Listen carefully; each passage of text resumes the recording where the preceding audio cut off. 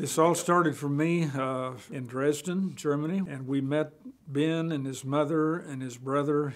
And at that time, his mother told me that Ben was going to be coming to the States for a year of schooling in Houston. I left Germany on the 23rd July 2013, and we went first to New York City, and then after 3 days I was supposed to go to Houston, and in the night around 3 a.m.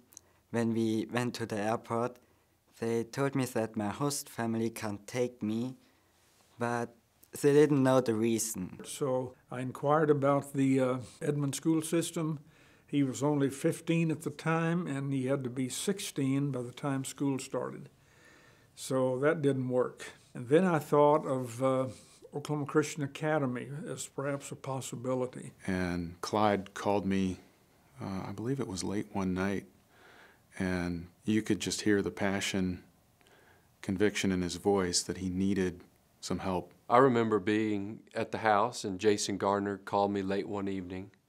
And he had been in communication with Clyde Antwine, and so he was able to really tell me the story of Ben and how he'd ended up in Edmond, and he needed a place to go to school. And so when you hear his story, you can't help but see God working and bringing him to Edmond. And so for Oklahoma Christian Academy, it was kind of a no-brainer. I was surprised. I didn't expect this. They are so nice and kind, and I was expecting somebody needs to be rude because not everybody can be nice. But then a home had to be found. And that's when I had Phil Brookman to write an email to the parents of his former youth group, and almost immediately Bill and Amy Arbuckle responded. My reaction when I got the email was, this is probably something we as a family need to look into. So when we got together and started talking about it, it was like a no-brainer that we needed to help Ben out. And then when Mr. and Mrs. Arbuckle came to pick me up, I was kind of nervous during the drive. And when they were showing me the whole house at the beginning, I was surprised how big houses are here in America and how nice everybody is. I remember Ben coming into Oklahoma Christian Academy and just immediately the students falling in love with him, and he was engaged right away with our culture and our students. On my first day of school, we went first to Mr. Schmidt in his office to get my schedule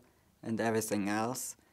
And then we went to my first class Bible, and we had this chair with the desk on there, like in the movies.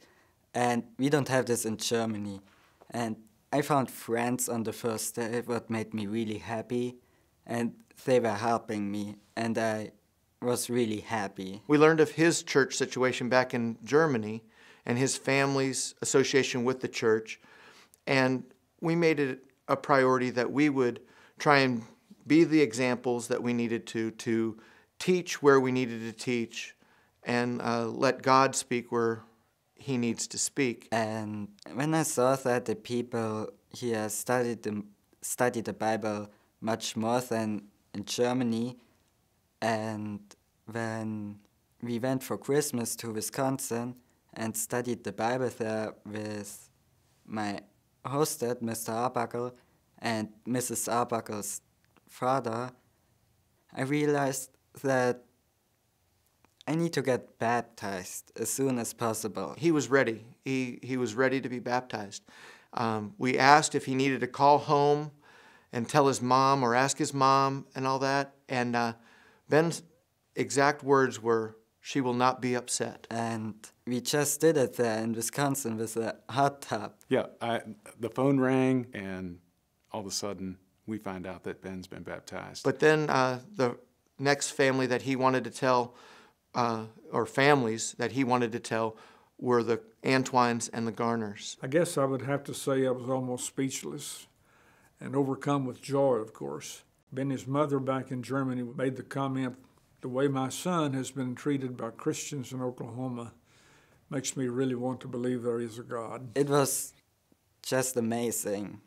and I'd never imagined that this is gonna happen when I left Germany. You know, that's the whole deal about being immersed in a family like the Arbuckles, at a school like OCA, at church like a Memorial Road.